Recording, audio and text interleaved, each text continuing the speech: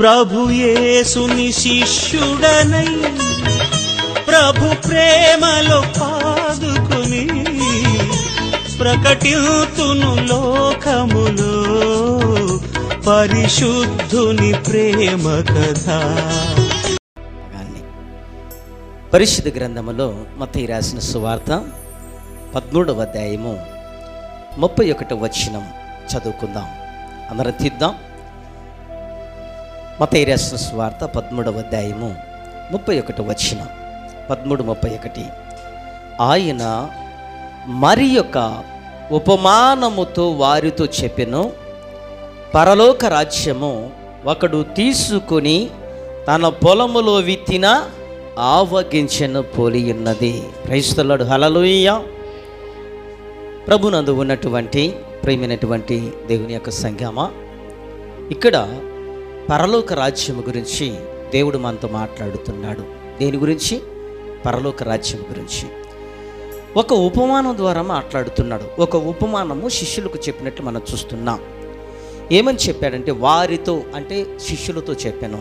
ఏమని చెప్పాడంటే, పరలోక రాజ్యము ఒకడు తీసుకుని తన పొలములో విత్తిన ఆవగించెను పోలి ఉన్నది. దేంతో పోల్చాడు? పరలోక రాజ్యాన్ని ఆవగింజతో పోల్చాడు. ఆవగింజ చూసామా? ఆవగింజ చూస్తాం. ఓకే, ఆవగింజ అంత కింద పడింటే మన కంటికి కనబడుతుందా? కనబడదు. చాలా చిన్నది ఆవగింజ. కానీ ఈ ఆవగింజతోనే దేవుడు పరలోక రాజ్యాన్ని పోల్చినట్టు మనం చూస్తున్నాం. పరలోక రాజ్యం చాలా గొప్పగా ఉంటుంది. పరలోక రాజ్యం చాలా మహిమతో నింపబడి ఉంటుంది. పరలోక రాజ్యం ఎలా ఉంటుందంటే గనక బంగారుతో పొదిగింపబడి ఉంటుంది. నీ రోడ్లు, నీ ఇండ్లు ఎక్కడ చూసినా కూడా దగదగ మెరుచు ఆ పరలోక రాజ్యము ఉంటుంది. అక్కడ సూర్యుడు ఉండడు, చంద్రుడు ఉండడు. కానీ సూర్యుడు ఎవరంటే ప్రభు అయిన యేసుక్రీస్తు వారే. సూర్య తేజస్సు శక్తి అతను ఇస్తూ ఉంటాడు. చంద్రుడు ఎవరంటే గనక ప్రభు అయిన యేసుక్రీస్తు వారే. సూర్యుడు లేకపోయినప్పటికీ అంత సూర్యకాంతిని దగదగా మెరిసే శక్తినిచ్చే దేవుడు. చంద్రుడు లేకపోయినప్పటికీ ఆ చంద్రకాంతిని కూడా దేవుడిచ్చే శక్తిని మనము అక్కడ చూస్తాం. కనుక అటువంటి గొప్ప పరలోక రాజ్యాన్ని, అటువంటి ఉన్నతమైన స్థితిలో ఉన్నటువంటి పరలోక రాజ్యాన్ని చిన్న ఆవగింజతో పోల్చాడు. చిన్న ఆవగింజ. కనుక ఆవగింజ చిన్నదే, ఆవగింజ అయితే చిన్నదే.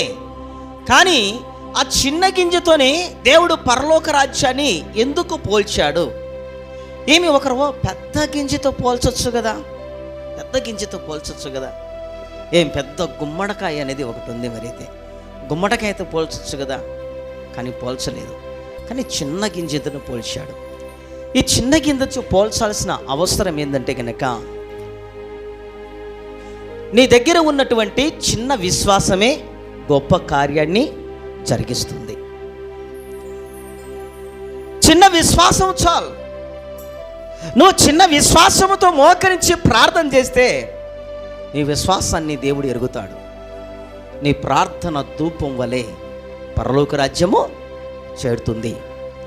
హిజ్కియా, నీ ఇంటిని చక్కబెట్టుకో అని ఒక రాజుతో దేవుడు చెప్పగానే ఆ హిజ్కియా తన ఇంటికి వెళ్ళి కన్నీళ్లతో చిన్న విశ్వాసముతో ప్రార్థించిన వెంటనే కొద్ది సమయంలోనే ఆయన ప్రార్థన, ఆయన విశ్వాసము పరలోక రాజ్యము చేరింది. చప్పట్లు కూడా దేవుని నామమున మహింపరచుకుందాం.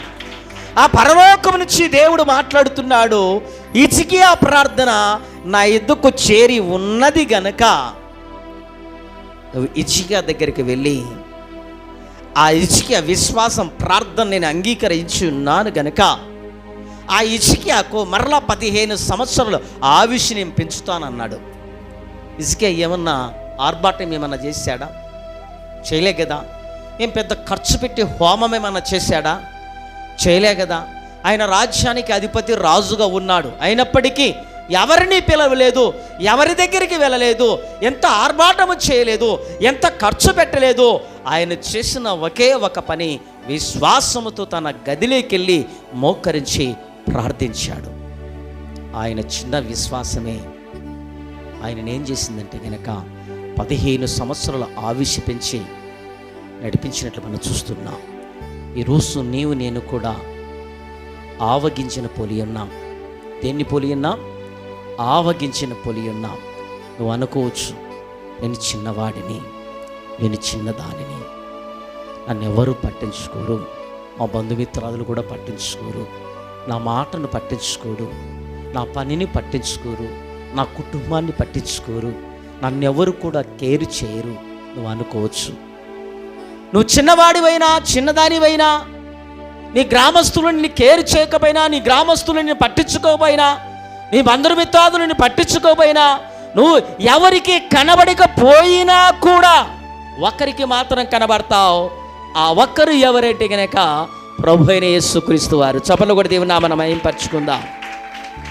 కనుక ఈ ఆవగింజ చిన్నదే, కానీ ఈ చిన్న ఆవగింజతోనే పెద్ద పరలోక రాజ్యాన్ని దేవుడు పోల్చి ఉన్నాడు. నువ్వు చిన్నదానివే, నీ దగ్గర చిన్న విశ్వాసమే, నీ చిన్న విశ్వాసమే ఎవరికి పట్టించుకున్నంత చిన్నదానిగా ఉన్నా కూడా నీ చిన్న విశ్వాసం, నీ చిన్న పనులే ఏం చేస్తాయంటే కనుక నిన్ను పరలోక రాజ్యాన్ని చేరుస్తాయి. కానీ చిన్నవాడివైన నీవు, చిన్నదానివైన నీవు, ఎవరికి కనబడని నీవు ఎవరికి కనబడుతున్నావంటే గనక దేవునికి కనబడుతున్నావు. ఎవరికి కనబడుతున్నావు? దేవునికి కనబడుతున్నావు. నీ కన్నీళ్ళు ఎవరు పట్టించుకోలే, నీ ఏడుపు ఎవడు చూడలే, కానీ నీ కన్నీళ్ళు దేవుడు చూస్తున్నాడు, నీ ఏడుపును దేవుడు చూస్తున్నాడు, నీ దుఃఖాన్ని దేవుడు చూస్తున్నాడు, నీ ప్రార్థనను దేవుడు చూస్తున్నాడు. నువ్వు ఎవరికి కనబడరాకపోయిన దేవునికి నీవు కనబడుతున్నావు. అందుకని నువ్వు దేవునికి కనబడుతున్నావు గనక నిన్ను తీసుకెళ్ళి పరలోక రాజ్యములో ఉంచుకుంటాడు. కనుక చిన్నవాడివైన నీవు, చిన్నదానివైన నీవు ఎవరి చేతుల్లో పడాలంటే గనక దేవుని చేతుల్లో పడాలి. హల్లెలూయా. ఎవరి చేతుల్లో పడాలి? నీవు దేవుని చేతుల్లో పడాలి. దేవుడు నిన్ను చూచాడు గనుక విత్తనమైన నిన్ను, ఆవగింజైన నిన్ను, చిన్నదానివైన నిన్ను, చిన్నవాడివైన నిన్ను ఆయన చేత్తో పట్టుకుంటాడంట. ఆయన చేతి ఏం చేస్తాడు? పట్టుకుంటాడంట. ఏం చేశాడంటే, ఒకడు తీసుకొని, దేన్ని తీసుకొని? దేన్ని? విత్తనమును, ఆవగింజను తీసుకొని. ఇప్పుడు జాగ్రత్తగా వినాలా. కనబడని నిన్ను, కనబడని విత్తనం వలె ఉన్న నిన్ను, కనబడని ఆవగింజ వలె ఉన్న నిన్ను ఆయన తన చేతుల్లోకి ఎప్పుడైతే తీసుకుంటాడో ఆయన నిన్ను విత్తడానికి సిద్ధంగా ఉన్నాడు. అందుకని ఎప్పుడైతే నువ్వు ఆయన చేతుల్లో పడతావో ఆయన అంటున్నాడు, చూడు మన అరచేతుల్లో నిన్ను చిక్కుకొని ఉన్నాను. నువ్వు ఎవరి చేతుల్లో ఉండాలా? దేవుని చేతుల్లో ఉండాలా. బిడ్డలు ఎవరి చేతుల్లో ఉండాలా? తల్లిదండ్రుల చేతుల్లో. చేయి జారిపోతే ఏమైపోతారు? ఏమైపోతారు? పనికిరాని వారిగా అయిపోతారు. మనమందరం ఎవరి బిడ్డలము? దేవుని బిడ్డలమై ఉన్నాం కనుక మనమందరము ఎవరికి కనబరాకపోయినా, ఎవరు పట్టించుకోకపోయినా ఎవరి చేతుల్లో పడాలా? దేవుని చేతుల్లో పడాలా. ఆయన చేతుల్లో తీసుకుంటాడు, ఎత్తుకుంటాడు, లాలించుకుంటాడు, పాలించుకుంటాడు, ముద్దు పెట్టుకుంటాడు. ఆయన ఎక్కడ నాటుకుంటాడో, ఎక్కడ విత్తుకుంటాడో ఆయనకు మాత్రమే తెలుసు. ఎక్కడ ఉంచుకుంటాడో ఆయనకు మాత్రమే తెలుసు. దేవుని తల్లిదండ్రుల చేతుల్లో ఉన్న బిడ్డలను ఎక్కడ ఉంచాలో తల్లిదండ్రులకు, ఎక్కడ పెట్టాలో తల్లిదండ్రులకు, ఎక్కడ చదివించాలో తల్లిదండ్రులకు, వారిని ఏ ప్రదేశాల్లో ఉంచాలో తల్లిదండ్రులకు తెలుసు కనుక నీవు నేను కూడా ఆయన చేతుల్లో ఉంటే ఆయన నిన్ను ఎక్కడ పెట్టుకోవాలో, ఎక్కడ ఉంచుకోవాలో, ఎలా వాడుకోవాలో, ఎలా నాటుకోవాలో, ఎలా పోషించుకోవాలో ఆయనకు తెలుసా? తెలీదా? తెలుసు. ఆయన ఏం చేస్తాడంటే కనపనార నిన్ను, ఏమి ఆవగించవలె ఉన్న నిన్ను ఆయన చేతుల్లో తీసుకొని తన పొలములో నాటుకుంటాడు. చప్పట్లు కూడా దేవుని మనం మహింపరచుకుందాం. ఎక్కడ నాటుకుంటాడు? తన పొలములో నాటుకుంటాడు. కీర్తనలో ఒక మాట ఉంది, నీవు దేవుని మందిరములో నాటబడిన వాడవై. ఎక్కడ నాటబడాలా? ఇంతకుముందు చెప్పాను అనుకుంటా మీకు. ఎక్కడ నాటబడాలి? దేవుని మందిరం నాటబడిన వాడవై. ఆయన తీసుకున్న విత్తనాన్ని ఎక్కడ నాటుకుంటాడు? తన మందిరములో నాటుకుంటాడు. మొదటిగా మన విత్తనము కానరాలే, ఎవరు మనములు పట్టించుకోలే, కానీ ఆయన చూశాడు, ఆయన పట్టించుకున్నాడు, ఆయన చేత్తో పట్టుకున్నాడు. పట్టుకొని వచ్చి ఆయన ఏం చేశాడంటే ఆయన మందిరములో నాటుకున్నాడు. అందుకని దావీదు అంటాడు 51వ కీర్తన అనుకుంటా, నేనైతే దేవుని మందిర ఆవరణములో పచ్చని ఒలీవ చెట్టు వలె ఉన్నాను. ఏమన్నాడు దావీదు? నేనైతే దేవుని మందిర ఆవరణములో పచ్చని ఒలీవ మొక్క వలె ఉన్నాను. పచ్చని ఒలీవ మొక్క ఎక్కడ ఉన్నాడంట? ఎక్కడ? అది ఆయన ఒక రాజే కదా, ఆయన ఒక రాజే, ఆయన సింహాసనం ఉంది. కానీ ఆయన మొక్క ఆయన ఎక్కడ ఉన్నాడంటే, ఆయన ఎక్కడ నాటబడ్డాడంటే, ఆయన దేవుని మందిర ఆవరణలో నాటబడిన వాడు గనక పచ్చగా మొలుస్తూ ఉన్నాడంట. పచ్చగా మొలుస్తూ ఉన్నాడంట. నువ్వు ఎవరి చేతుల్లో పడాలో? దేవుని చేతుల్లో పడితే ఆయన ఎక్కడ నాటుకుంటాడు? మందిరములో నాటుకుంటాడు. మందిరములో ఏమి మందిరములో ఎందుకు నాటుకుంటాడు? ఏమి మన ఇళ్ళలో నాటుకోకూడదా? మన పొలాలలో నాటుకోవచ్చు కదా, మన స్థలాలలో నాటుకోవచ్చు కదా. నాకు 10 ఎకరాల పొలం ఉంది, ఆ పొలంలో నన్ను నాటుకోవచ్చు కదా. చెప్పాలా? ఆ పొలంలో నన్ను నాటుకోవచ్చు కదా. కానీ వారం వారం దేవుడు ఆ పొలం దగ్గరికి రాడు. వారం వారం దేవుడు నీ ఇంటి దగ్గరికి రాడు. ఎందుకంటే ఆయనకొక తోట ఉంది, ఆయనకొక పొలం ఉంది. ఆ పొలమే దేవుని మందిరము. చప్పలు కూడా దేవుని మనం మహింపరచుకుందాం. Praise the Lord. Hallelujah, hallelujah. ఈ పొలములో నాటబడిన మొక్కలు మీరందరూ వారము ఈ పొలానికి ఎందుకు వస్తున్నారు? ఇక్కడ ఆహారం ఉంది, ఇక్కడ నీళ్లు ఉన్నాయి, ఇక్కడ వాక్యం ఉంది, ఇక్కడ పరిచారకులు ఉన్నాడు, ఇక్కడ పోషించే కర్త ఉన్నాడు, ఇక్కడ మాట్లాడే కర్త ఉన్నాడు, ఇక్కడ దేవాది దేవుడైన దేవుడు తన పనివాన్ని పట్టుకొని తన తోటను సేద్యము చేసుకుంటున్నాడు. తన తోట ఇదంతా ఎవరి తోట? అది ఎవరు సేద్యం చేస్తున్నారు? ఎవరు విత్తనం నాటాడు? అది కనుక రాజే, నేనైతే దేవుని మందిర ఆవరణంలో నాటబడిన వాడవై చక్కని ఒలీవ మొక్కల వలె పెరుగుతూ ఉన్నాను. నువ్వు ఎక్కడ నాటబడినా నీ చెట్టు పచ్చగా ఉండదు. కాకులు గద్దలు వచ్చి నిన్ను పీక్కెళ్ళిపోతాయి బయట నాటబడితే. ఇటువంటి మాటలు నీకు దొరకవు, ఇటువంటి మాటలు నీకు దొరకవు. ఎందుకు ఇక్కడే నాటుకున్నాడంటే, నాటబడుట మొట్టమొదటేమో కనబడిన మనములను దేవుని చేతుల్లో తీసుకున్నాడు. మూడవది చూస్తే గనక ఆయన నాటుకున్నాడు. మనము చిన్న మొక్కలమి ఎవరికి కానరాలే. మొట్టమొదటిగా చిన్న విశ్వాసం ఎవరికి కానరాలే. రెండవదిగా చిన్న మొక్కలమైన మనములను దేవుడు తన చేతుల్లోకే తీసుకున్నాడు. మూడవది చూస్తే గనక ఆయన ఏం చేశారంటే నాటుకున్నాడు. హల్లెలూయా, హల్లెలూయా.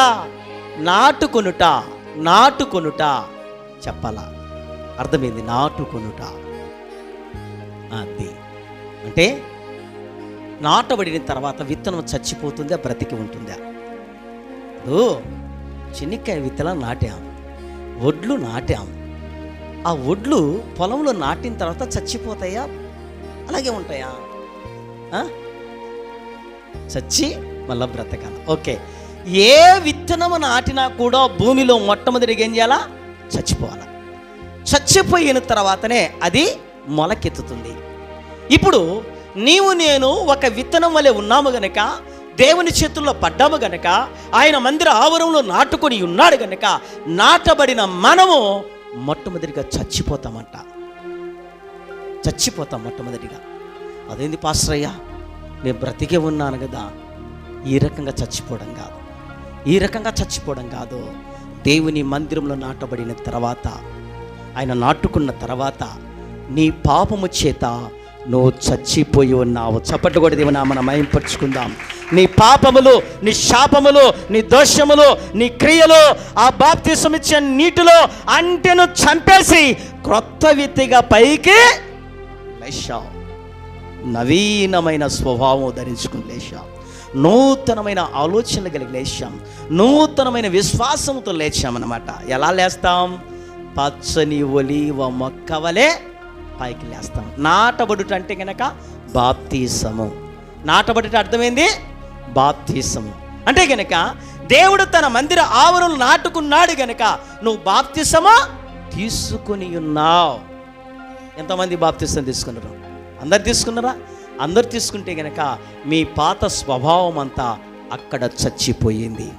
యేసుక్రీస్తు వారు మృతి పొంది ఏ రకంగా తిరిగి లేచినడు నువ్వు నమ్మితే అదే రకంగా నీవు నేను కూడా పాపం విషయంలో బాప్తిసం ద్వారా చచ్చిపోయి తిరిగి పైకి లేచి ఉన్నాం. ఇప్పుడు లేస్తున్న మనమలను ఆయన పెంచుకుంటాడా? పెంచుకుంటాడు. పెంచుకోవడానికి కదా ఈ మందిరం కట్టించింది, పెంచుకోవడానికి కదా ఈ స్థలం ఇచ్చింది, పోషింపుకోవడానికే పరిశుద్ధాత్ముడు ఇప్పుడు మన మధ్య ఉండి ఏం చేస్తున్నాడు? నీరు పోస్తున్నాడు. ఏం చేస్తున్నాడని? నీరు పోస్తున్నాడు. వాక్యమైన నీరు పోస్తున్నారు. ఏమి? ఎరువేస్తున్నాడు, బలాన్ని ఇస్తున్నాడు, చూసుకుంటున్నాడు, పరీక్షించుకుంటున్నాడు. నా మొక్క ఎదుగుతుందా ఎదగలేదా, ఏ నీళ్లు వేయాలి, ఎటువంటి ఎరువు వేయాలి, సూర్యరశ్మి కావాలా వద్దా అని ప్రతి వారం ఆయన ఈ సన్నిధికి వచ్చి ప్రతి వారం ఆయన నిన్ను చూసుకుంటూ, నిన్ను పెంచుకుంటూ, నిన్ను పోషించుకుంటూ, నిన్ను పరీక్షించుకుంటూ ఉన్నాడు. నేనేం చేస్తున్నాడు? పరీక్షించుకుంటూ ఉన్నాడు అండి. కనుక ఆయన ఒక పోషణ కర్తగా ఇక్కడ ఉన్నాడు. నేనే జీవాహారమై ఉన్నాను. ఎవరు జీవాహారము? ఆయనే. ఆయన మాటలే జీవాహారమైన మాటలు. మనుషుడు రొట్టె వలన మాత్రమే కాదు కానీ దేవుడి నోటి నుంచి వచ్చే ప్రతి మాట వలన బ్రతుకును. చప్పలు కొడి దేవుని నామమున మహింపరచుకుందాము. మత్తయి రాసిన సువార్త 4వ అధ్యాయంలో ఉంటుంది. ఏమంటున్నాడు? మనుషుడు రొట్టె వలన మాత్రమే కాదు కానీ తన నోటి నుంచి వచ్చే ప్రతి మాట వలన బ్రతుకును. ఇక్కడ దేవుని నోటి నుంచి ఏ మాట అయితే వస్తుందో ఆ మాట ద్వారా నాటబడిన నీవు బ్రతుకుచూ ఉన్నావు. నీ ఆత్మకు బలము సమకూర్చుతుంది, నీ ఆత్మకు ఆహారం వస్తుంది, నీ ఆత్మకు జీవాహారముగా దేవుడు మన మధ్య ఉన్నాడు.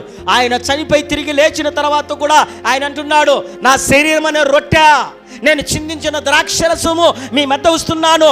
ఎవరైతే నా రొట్టెను నా ద్రాక్షరసము తిని త్రాగువాడు వాడు నిత్యము జీవించును.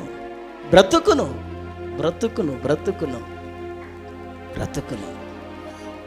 అర్థమవుతుందా? నాటబడిన నీవు పోషకుడు ఎవరు? ప్రభు అయిన యేసుక్రీస్తు వారు. పరిశుద్ధాత్ముడు మన పోషకుడై ఉన్నాడు. ప్రతి వారం మనల్ని పోషిస్తున్నాడు, ఎరువేస్తున్నాడు, నీళ్ళు పోస్తున్నాడు, పరీక్షించుకుంటున్నాడు, జాగ్రత్తగా చూసుకుంటున్నాడు. ఏ మొక్క ఎలా ఉంది, ఏ మొక్క చీడబట్టింది, పురుగు పట్టింది, ఏం పట్టింది అని చూసుకుంటూ, గద్దించుకుంటూ, బుద్ధి చెప్పుకుంటూ, సరి చేసుకుంటూ వాటన్నిటిని చక్కబెట్టుకుంటూ వెళుతున్నాడు. మొట్టమొదటికేమో కనబడలేని మనమల్లో దేవుడు కనిపెట్టిన దేవుడు ఆయన చేతుల్లోకి మనమల్లో తీసుకున్న తర్వాత ఏం చేసిండు? పాపాన్ని ఒప్పించి ఆయన తన మందిరములో నాటుకున్నాడు. పాపాన్ని శుద్ధీకరించి మన హృదయాన్ని పరిశుద్ధపరిచాడు. చప్పట్లు కూడా దేవుని నామమున మహింపరచుకుందాం. Praise the Lord. హల్లెలూయా. దాని తర్వాత ఏం చేస్తున్నావంటే గనక నాటబడిన నీవు ఎదుగుతూ ఉన్నావు. ఏం చేస్తున్నావు? ఎదుగుతూ ఉన్నావు. ఎదగడం అంటే పెరగడం. ఎలా పెరగాలి? ఒకప్పుడు నాకు ప్రార్థన తెలియదండి, ఇప్పుడు ప్రార్థన చేస్తాను. ప్రార్థనలో పెరగడం. ఒకప్పుడు పాట తెలియదండి, ఇప్పుడు పాట పాడతాండా. పాటలు నేర్చుకొని స్తుతించడంలో పెరగడం. ఒకప్పుట్లో ఆత్మీయత అంటే తెలియదు, ఒకప్పుట్లో ప్రార్థన అంటే తెలియదు, ఒకప్పుట్లో ఏమి దేవుని మాటలంటే తెలియదండి. ఇవన్నీ దేవుని సన్నిధికి వచ్చిన తర్వాత నేర్చుకుంటూ నేను పెరుగుతూ ఉన్నాను. ఒకప్పుట్లో నాకు ఇచ్చేది తెలియదండి, ఒకప్పుట్లో దేవునికి ఇచ్చేది తెలీదు, ఒకప్పుట్లో దేవునికి పెట్టేది తెలియదు, దేవుని పరిచయం చేసేది తెలియదు, దేవుని మాటలు వినేది తెలియదు, ఎలా ఉండాలో కూడా తెలియదు, ఎలా కూర్చుంటే తెలియదు, ఎలా మోకరించేది తెలియదు. అయినప్పటికీ దేవుని సన్నిధికి వచ్చిన తర్వాత అవి వింటూ ఉండగా, నేర్చుకుంటూ ఉండగా నేను ఎదుగుతూ నా ఆత్మీయ స్థితిని నేను పెంచుకుంటూ వస్తున్నాను. ఆత్మీయ స్థితిని ఒకప్పుట్లో నాకు వందనాలు పెట్టేది కూడా తెలియదు. ఒక పుట్లో నేను ప్రేమించేది కూడా తెలియదు. ఒక పుట్లో గౌరవించేది తెలియదు. ఒక పుట్లో బైబిల్ చదివేది తెలియదు. ఒక పుట్లో వాక్యం వినేది తెలియదు. ఇప్పుడు నా నోటి ద్వారా ఇతరులకు వాక్యం చెబుతున్నాను. ఇప్పుడు నా నోటి ద్వారా బైబిల్ చదువుతున్నాను. నా నోటితో ఇతరులతో అనేక మంది వందనాలు చెప్పి మర్యాదిస్తూ వాళ్ళని ముందుకు నడిపించుకుంటున్నాను. ఏంట్లో ఎదుగుదల, మాటల్లో ఎదుగుదల, ప్రేమలో ఎదుగుదల, ప్రార్థనలో ఎదుగుదల, పట్టుదల ఎదుగుదల, ఆర్థికంగా ఎదుగుదల, బిడ్డల పట్ల ఎదుగుదల, తల్లిదండ్రుల పట్ల ఎదుగుదల, భార్యాభర్తల పట్ల ఎదుగుదల, కుటుంబ పరంగా ఎదుగుదల, ఆర్థికమైన లోటుపాట్ల వల్ల అన్ని ఎదుగుదల చేసుకుంటూ మనం కుటుంబాన్ని కూడా పెంచుకుంటూ వస్తూ ఉన్నాం. నీతో పాటు నీ ఆత్మీయతతో పాటు నీ కుటుంబము ఆర్థికమైన లోటుపాట్లు ప్రతిదీ కూడా దేవుడు అన్నీ సకాలము సమృద్ధి చేస్తూ నిన్ను ఎదిగిస్తూనే ఉన్నాడు. పెరుగుతున్నామా పెరగలేదా చెప్పాలి. ఇప్పుడు చెప్పాలా? ఒక్కప్పట్లో మన ఇండ్లు ఎలా ఉన్నాయి? ఘోరంగా ఉన్నాయి కదా. ఒక్కప్పట్లో మన డ్రెస్ ఎలా ఉంది? ఘోరంగా ఉన్నది కదా. ఇప్పట్లో మన ఇండ్లు చక్కబెట్టాడా? మన డ్రెస్సును చక్కబెట్టాడా? మన మాటను చక్కబెట్టాడు? మన ప్రవర్తనను చక్కబెట్టాడు? మన ఆహారాన్ని పెంచాడా? ప్రతి స్థితిని కూడా నాగరికతగా పెంచుతున్నాడు. బిడ్డలను పెంచుకుంటున్నా. ఇప్పుడు బిడ్డలను కూడా నాగరికంగా పెంచుకుంటూ దేవుని మాటలు నేర్పిస్తూ, దేవుని పాటలు నేర్పిస్తూ మన బిడ్డలు ఎదుగుతున్నారంటే నువ్వు ఆటోమేటిక్గా ఎదుగుతున్నట్లు అర్థం. ఎదుగుతున్నావు. అందుకనే దేవుని మందిరములో నాటబడిన మనము ఎదుగుతూ ఉన్నాం, పెరుగుతూ ఉన్నాం. Praise the Lord. హల్లెలూయా. ఎదగాలనా ఎదగకూడదా? పెరగాలనా పెరగకూడదా? ఖచ్చితంగా పెరగాల. విశ్వాసం పెరగాల, నమ్మకం పెరగాల, ఇచ్చేది పెరగాల, గౌరవించడం పెరగాల, వచ్చేది పెరగాల. పరిచర్యలో ముందు కొనసాగుతూ పెరుగుతూ అభివృద్ధి చెందుతూ మనం వెళ్ళిపోతూ ఉండాలా. మనము చూసి అనేక మంది ఆశ్చర్యపడుతూ ఉండాలి. వీళ్ళ విశ్వాసం ఇంత గొప్పగా ఉంది, ఆశ్చర్యపడాలా. వీళ్ళ ప్రార్థన ఇంత గొప్పగా ఉంది, ఆశ్చర్యపడాలా. ఎస్, మన సంఘాన్ని చూస్తే అనేక మంది ఆశ్చర్యపడతారు. బయటకు వస్తే అర్థమవుతుంది ఆశ్చర్యమే. మీకు తెలుసోది లేదో ఏమి. అటువంటి స్థితిలో దేవుడు మనల్ని పెంచుతూ ఉన్నాడు. విశ్వాసం చిన్నదే కానీ కార్యాలు గొప్పవే. విత్తనమైన నువ్వు చిన్నదానివే, చిన్నవాడివే, కానీ చిన్న విత్తనమైన చిన్న విశ్వాసమైన నిన్ను దేవుడు ఎక్కడితో పోల్చాడు? పరలోక రాజ్యముతో పోల్చాడు. నువ్వు ఎదుగుతూ ఉండాలి. నువ్వేం చేయాలా? ఎదిగిన తర్వాత ఏం చేయాలా? ఇప్పుడు మొక్క పెద్దదైందండి, ఎదిగిందండి. దాని కొమ్మలు ఏం చేస్తాయి? పెరుగుతాయా పెరగవా? పెరుగుతాయా? కింద చదువు ఏముంది? 32 వచ్చిన చదువు. అది మత్తయి రాసిన సువార్త 13:32 చదువు. అది విత్తనం అన్నిటిలోనూ చిన్నదే కానీ పెరిగినప్పుడు కూర మొక్కలు అన్నిటిలోనూ పెద్దదై ఆకాశ పక్షులు వచ్చి దాని కొమ్మల మీద నివసించినంత చెట్టగను. చప్పట్లు కూడా దేవుని నామమున మహిమపరచుకుందాం. Praise the Lord. హల్లెలూయా. పెద్దదై ఎదిగి పెరిగి వృద్ధి చెంది ఆశీర్వాదం పొందుకొని ఘనత పొందుకొని నీ కొమ్మలు ఏమవుతాయి? అది విస్తరితాయి లేదా? కొమ్మలు విస్తరించుట విస్తరించిన కొమ్మల మీద ఆకాశ పక్షులు వచ్చి కూర్చునుట. జాగ్రత్తగా వినాలా. నీ కుటుంబం విస్తరించింది, నీ కొమ్మలు విస్తరించాయి, బలంగా కూర్చున్నావు, బలమైన ఇల్లు కట్టుకున్నావు, బలమైన విశ్వాసం ఉంది, బలమైన ప్రార్థన చేస్తున్నావు, బలమైన ఆరాధన చేస్తున్నావు. నీ మీద, నీ కొమ్మల మీద అనేక మంది వచ్చి కూర్చుంటారంట. ఆ బరువు కూడా నువ్వు మోస్తావంట. చప్పలు కూడా దేవుని నామమున మహిమపరచుకుందాం. హల్లెలూయా. ఆత్మీయ పరంగా పాటల్లో ఎదిగావు, ఆత్మీయ పరంగా ప్రార్థనలో ఎదిగావు. అనేక మంది నీ దగ్గరకు వచ్చి పాటలు నేర్చుకుంటారు, నీ మీద కూర్చుంటారు. అనేక మంది నీ దగ్గరకు వచ్చి ప్రార్థన నేర్చుకుంటారు, నీ మీద కూర్చుంటారు. అనేక మంది నీ దగ్గరకు వచ్చి అనేకమైన మాటలు అడుగుతూ నేర్చుకుంటుంటారు, నీ మీద ఆధారపడి ఉంటారు. ఆర్థికంగా నీ కుటుంబం విస్తరించింది, నీ కుటుంబం బలపడింది.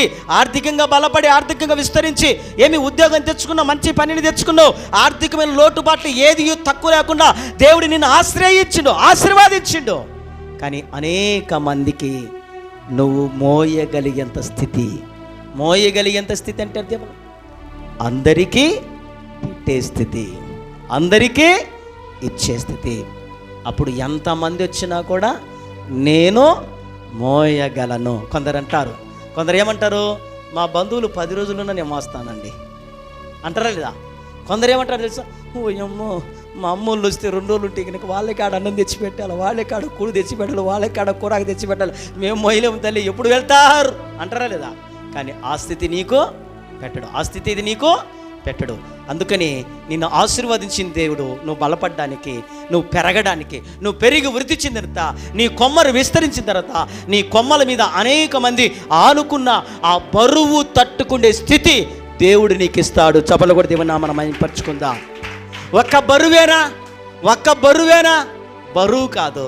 కొమ్మలు పైకి వచ్చిన తర్వాత కింద ఏముంటుంది చెప్పాలా? కింద ఏముంటుంది? కొమ్మలైతే పైకి వచ్చాయి, కింద ఏముంటుంది? నీడ ఉంటుంది. ఏముంటుంది? నీడ ఉంటుంది. కొమ్మల మీద ఆకాశ పక్షులు అంటే అనేక మంది నీ మధ్య కూర్చున్నా కూడా నువ్వు బరువు మోస్తూ వారిని పోషించగలవు. కానీ కింద నీడొస్తుంది. ఆ నీడ ద్వారా కూడా అనేక మందికి ఆశ్రయాలు కల్పిస్తావు. చపలు కూడా దేవుని నామమున మహిమపరచుకుందాం. ఎస్ నేను ఇస్తున్నాను, నువ్వు తీసుకో. ఎస్ నువ్వు ఇక్కడుండు. ఎస్ నా కుటుంబంలో స్థలం ఉంది. ఎస్ నేను ఇచ్చేంత ఏమి స్థితి నా దగ్గర దేవుడు ఇచ్చాడు కాబట్టి అనేక మంది నేను ఆశ్రయం కల్పించే స్థితి దేవుడు నాకు పెట్టాడు కాబట్టి మీరు నా దగ్గరికి రండి. ఆశ్రయం ఇస్తావు, మోస్తావు. కానీ విశ్వాసం అయితే చిన్నదే, కార్యాలైతే గొప్పవి. ఇప్పుడు ఎన్ని చెప్పా? విత్తనములు 8 చెప్పా, 4 ఇవ్వనా? ఒకటేమో ఇతరులు కనబడకపోయినా ఎవరికి కనబడతావు? దేవునికి. అంటే చిన్నవాడివైనా నువ్వు దేవునికి కనబడతావు. కనబడిని నువ్వు ఎవరి చేతుల్లో పడతావు? దేవుని చేతుల్లో పడతావు.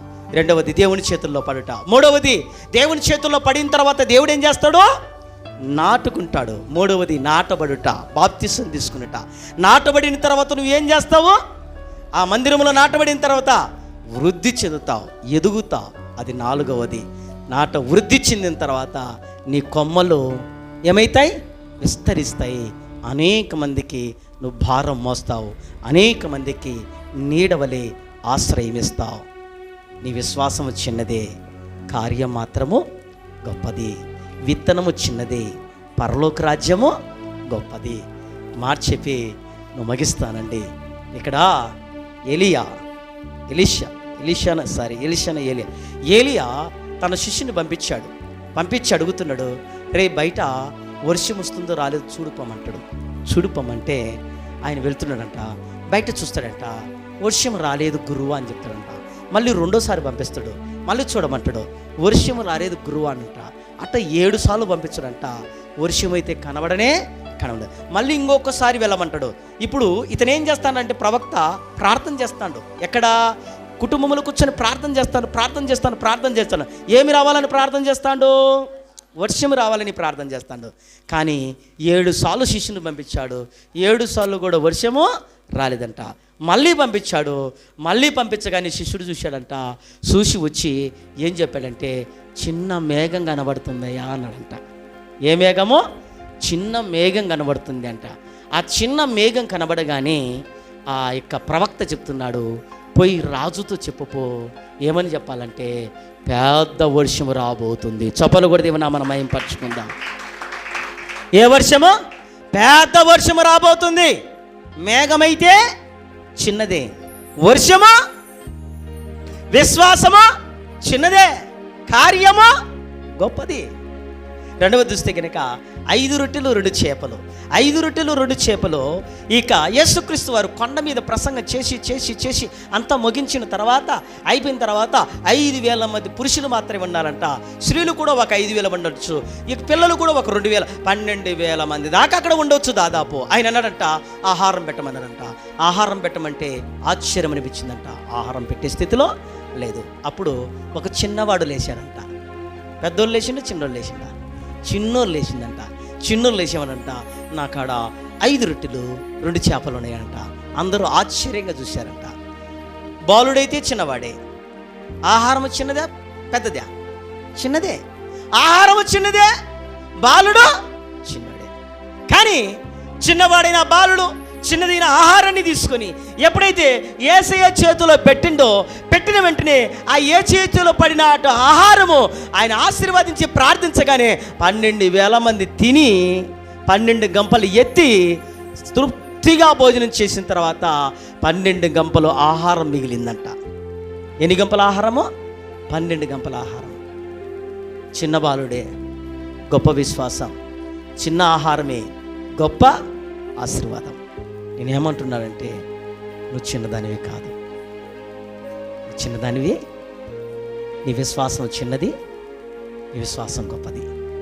నీ విశ్వాసం పరలోక రాజ్యము చేరంత గొప్ప విశ్వాసం. నువ్వు ఆవగింజంత విశ్వాసముతో నువ్వు ప్రార్థించినట్లా ఇక్కడుండే కొండ తీసి పక్కన పెట్టేస్తాడంట దేవుడు. పెట్టేస్తాడంట. ప్రభునందు ఉన్నటువంటి ప్రియమైన దేవుని సంగమా, నేను చెప్పేది ఏంటంటే గనక, ఈ ఆవగింజ పరలోక రాజ్యాన్ని ఎందుకు పోల్చాడు తెలుసా? ఈ 5 రకాల క్రియలు. అంటే నువ్వు ఎవడికి కనబడిపోయినా నాకు నువ్వు కనబడుతున్నావు బిడ్డ. నా కనబడని నిన్ను నా చేతితో చేసుకున్నాను బిడ్డ. నా చేతుల్లో పట్టుకున్న నిన్ను నా మందిరంలో నాటుకున్నాను బిడ్డ. నా మందిరంలో నాటుకున్న నిన్ను నీళ్లు పోసి వాక్యం మీద ఆహారం పెట్టి ఎరువేసి నిన్ను పెంచుకున్నాను బిడ్డ. నిన్ను పెంచుకున్న నిన్ను అనేక మందికి ఆశ్రమించి చేశాను, అనేక మందికి నీడిచేటట్టు చేశాను. ఒకప్పట్లో నువ్వు చిన్నదాని అనుకున్నావు, నీ విశ్వాసం చిన్నదనుకున్నావు. ఆ చిన్న విశ్వాసమే పెరిగి పెద్దయి గొప్ప చెట్టుగా మారి అనేక మందికి ఆశ్రయించింది గనక ఆ చిన్న విశ్వాసమే నిన్ను పరలోకము చేరుస్తుంది. హల్లెలూయా, హల్లెలూయా, హల్లెలూయా.